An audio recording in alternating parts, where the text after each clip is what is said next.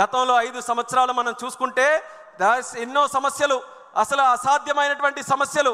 కానీ ఈరోజు కేంద్రం తాలూకా సహకారంతో, ఎన్డీఏకు ఉన్నటువంటి ఆ యొక్క కోఆర్డినేషన్తో ఒక స్టీల్ ప్లాంట్ కావచ్చు, రైల్వే జోన్ కావచ్చు, పోలవరం ప్రాజెక్టు కావచ్చు, ఇలా ఏ కార్యక్రమాలు చూసుకున్న అమరావతి ప్రాజెక్టు కావచ్చు, అన్నిటినీ కూడా సంవత్సరంలోపే సాధ్యం చేసి చూపించామనంటే ఈ ఎన్డీఏ ప్రభుత్వం రాష్ట్రంలో, కేంద్రంలో ఎంత పటిష్టంగా పనిచేస్తుందో ఒక్కసారి ప్రతి ఒక్కరం కూడా గమనించాలి. తెలుగుదేశం పార్టీ తాలూకా చరిత్ర, తెలుగు వారి ఆత్మగౌరవం కోసం పుట్టినటువంటి పార్టీ, పేదల కోసం, బడుగు బలహీన వర్గాల కోసం, కార్మిక కర్షకుల కోసం, మహిళల కోసం, అలాగే వెనుకబడిన వర్గాలు, ఈ తెలుగు జాతి తాలూకా అభ్యున్నత కోసం తెలుగుదేశం పార్టీ కృషి చేసింది. అన్న నందమూరి తారక రామారావు గారు పార్టీ పెట్టినప్పుడు ఒక కొత్త నూతన వరవడికి మనం నాంది పలకాలని ఆ రోజు మొట్టమొదటిసారిగా యువకులని రాజకీయాల్లోకి ఎంకరేజ్ చేశారు, చదువుకున్న వ్యక్తులకి ఎంకరేజ్ చేశారు. పాజిటివ్ పాలిటిక్స్ ఎప్పుడు కూడా మనం చేయాలని ఆ రోజు నందమూరి తారక రామారావు గారు నాంది పలికి తెలుగుదేశం పార్టీకి కొన్ని మూల సిద్ధాంతాలతో ముందుకు నడిపించారు.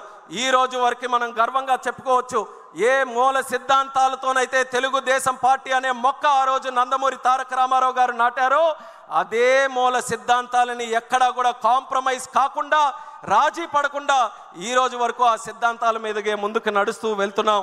అలాగే విశ్వసనీయతని, నిబద్ధతని పార్టీలో మనం కాపాడుకుంటూ ముందుకు వెళ్తున్నాం. మరొక ముఖ్యమైనటువంటి సిద్ధాంతం నందమూరి తారక రామారావు గారు పరిచయం చేసినటువంటిది సమాజమే దేవాలయం, ప్రజలే దేవుళ్ళు అన్నటువంటి మాట కేవలం తెలుగు జాతికే కాదు, ప్రపంచంలో ఎవరున్నా ఎక్కడున్న వాళ్ళందరికీ కూడా స్ఫూర్తినిచ్చే విధంగా ఆయన నోట వచ్చినటువంటి మాట అది. అటువంటి మాటని ఒక సిద్ధాంత రూపంలో తయారు చేసుకొని పార్టీ తాలూకా కార్యక్రమాలు చేశాం. అదే ఎన్టీఆర్ గారికి ఆ రోజుల్లో ఒక పత్రికారుడు ఆ రోజు ఒక ప్రశ్న అడిగి, కొత్త పార్టీ పెడుతున్నారు, మీ తాలూకా సిద్ధాంతం ఏంటండి?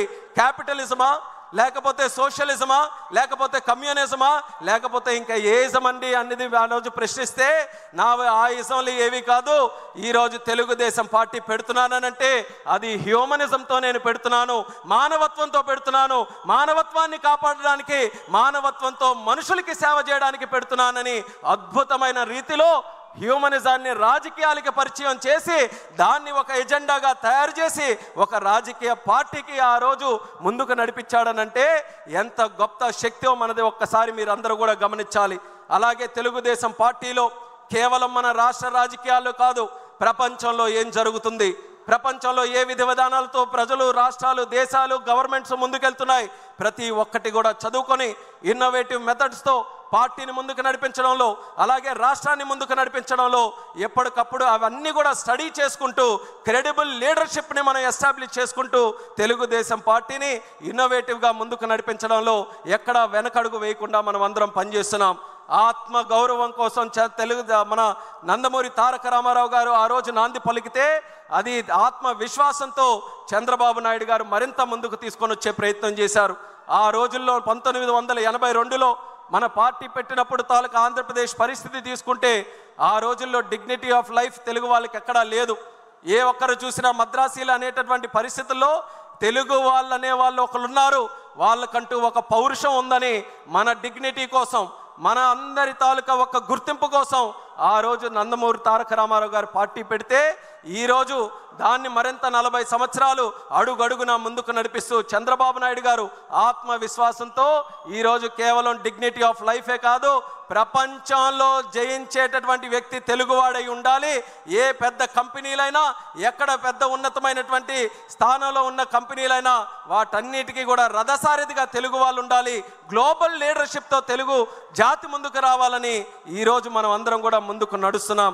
వాటితో పాటు సంస్కరణలు కానీ, లేకపోతే అభివృద్ధి కానీ, సంక్షేమం కానీ, ఇవన్నీ కూడా తెలుగుదేశం పార్టీతో మొదలైనవే. తెలుగుదేశం పార్టీ చేసినటువంటి కార్యక్రమాలు ఈ రాష్ట్రంలోనే కాదు, దేశంలో ఉన్న అనేక రాజకీయ పార్టీలు, అనేక రాష్ట్రాలు, ఆఖరికి దేశం కూడా ఆదర్శంగా తీసుకొని మన కార్యక్రమాలు వాళ్ళందరూ కూడా ముందుకు నడిపించారు. చంద్రబాబు నాయుడు గారు ఉన్నప్పుడు పెన్షన్లు కానీ, హౌసింగ్ కానీ, కిలో బియ్యం 2 రూపాయలకి, అలాగే జనతా వస్త్రం కానీ, ఐటీడీఏలు కానీ, లేకపోతే విద్యా వైద్య వ్యవస్థలో మార్పులు, గ్రామానికి రోడ్లు వేయించాలి, కరెంటు లైట్లు కల్పించాలి, అలాగే మహిళల తాలూకా హక్కులు, వెనుకబడిన వర్గాల తాలూకా రిజర్వేషన్లు, ఇలా ఎన్నో సంస్కరణలు చూసుకుంటే మొట్టమొదటిసారిగా ఈ దేశంలో ప్రవేశపెట్టింది మన తెలుగుదేశం పార్టీ అనేది కూడా మనం తెలియజేసుకోవచ్చు. తర్వాత చంద్రబాబు నాయుడు గారి తాలూకా నాయకత్వంలో ప్రజల వద్దకు పాలన, జన్మభూమి, పనికి ఆహార పథకం, డ్వాక్రా సంఘాలు, ఐటీ రెవల్యూషన్తో సైబరాబాద్ లాంటి నగరాలు, జీనోమ్ వ్యాలీ, కోవిడ్ సమయంలో వ్యాక్సిన్ ఎక్కడ తయారవుతుందో ఎవరికి తెలియని సందర్భంలో హైదరాబాద్లో ఈ మహానాయకుడు పెట్టినటువంటి జీనోమ్ వ్యాలీ కొన్ని కోట్లాది మంది ప్రజలకి కోవిడ్ నుంచి కాపాడిందనంటే అది ఒక వ్యక్తికి ఉండాల్సినటువంటి దూరదృష్టి. అలాగే హైవేస్, టెలికాం, లేకపోతే పవర్ రిఫార్మ్స్, వీటన్నిటికీ కూడా కేంద్ర స్థాయిలో ఆ రోజు ఆ రిఫార్మ్స్కి నాంది పలకడానికి చంద్రన్న తాలూకా హస్తం ఉండడానికి ఎక్కడ డౌట్ లేకుండా మనం చెప్పుకోవచ్చు. ఎయిర్పోర్టులు ఈరోజు 160 ఎయిర్పోర్ట్లు ఉన్నాయి.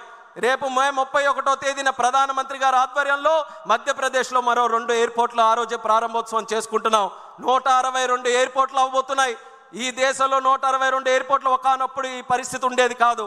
కానీ మొట్టమొదటిగా దేశంలో ఎయిర్పోర్ట్లు కూడా మనం నిర్మించాలి, పీపీపీ మోడల్లో ఒక పాలసీ తీసుకొని వచ్చి ఎయిర్పోర్ట్లు నడిపించాలన్నటువంటి మహానాయకుడు మన నారా చంద్రబాబు నాయుడు గారు అనేది గర్వంగా ఈ సందర్భంగా తెలియజేస్తున్నాను.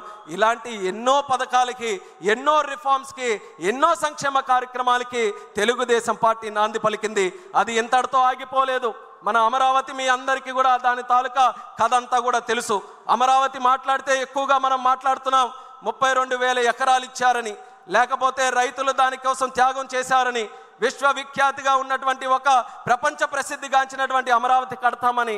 కానీ అందులో మనం ముఖ్యంగా గుర్తుంచుకోవాల్సినటువంటి ఒక విషయం ల్యాండ్ పూలింగ్ అనే కాన్సెప్టు ప్రపంచంలో ఎక్కడా కూడా లేదు.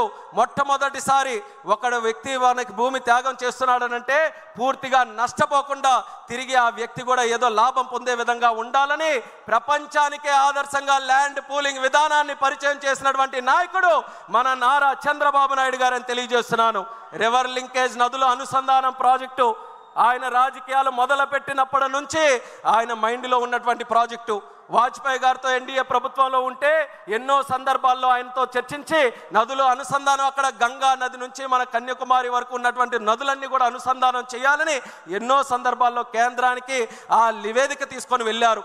అది క్రమేపీ కాలం మారుతున్న కొద్దీ మరుగున పడిపోతుంటే రివర్ లింకేజ్ ప్రాజెక్టులు మళ్ళీ మొన్న చంద్రబాబు నాయుడు గారు, మోదీ గారి తాలూకా ఆధ్వర్యంలో తీసుకొని వచ్చి మళ్ళీ అది పరుగులు పెట్టించే విధంగా రివర్ లింకేజ్ ప్రాజెక్టు కూడా ఈరోజు ఊపిరిపోసినటువంటి నాదుడు మన చంద్రబాబు నాయుడు గారని తెలియజేస్తున్నాను. పాపులేషన్ మేనేజ్మెంట్ ఏ ప్రభుత్వానికైనా ఏ రాష్ట్రానికైనా గతంలో ఉండేది. జనాభా అంటే అది ఒక పెద్ద భారమని, అంత జనాభా చూసుకోవాలంటే ఎలాగని. కానీ ఆ ఆలోచన విధానంలో మార్పు తెచ్చాడు చంద్రన్న. జనాభా అంటే కేవలం భారం కాదు, అది ఒక యాసెట్ లాగా. మనకు డబ్బు ఎంత ఉంటే ఎంత బలంగా ఉంటామనుకుంటామో, ఎంత జనాభా ఉంటే అంత బలం ఈ రాష్ట్రంకి, జాతికి ఉంటుందనే ఆలోచనతో పాపులేషన్ మేనేజ్మెంట్ విధానానికి కూడా ఈరోజు మరొకసారి శ్రీకారం చుడుతున్నారు.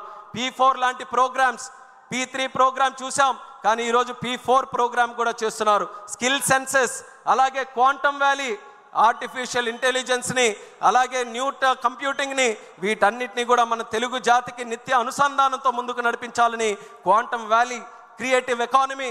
ఈరోజు ఈ పదాలు చెప్తే కొంతమంది సరిగ్గా అర్థం చేసుకోలేకపోవచ్చు, కానీ నేను చెప్తున్నాను, what CBN thinks today, India thinks tomorrow. Chandranna ఏ ఆలోచనలతో ఈరోజు ముందుకు నడుస్తాడో రేపు దేశం మొత్తం అదే ఆలోచనల వైపు వస్తారు. ఆ నమ్మకం నాకుందని కూడా ఈ సభాముఖంగా తెలియజేస్తున్నాను.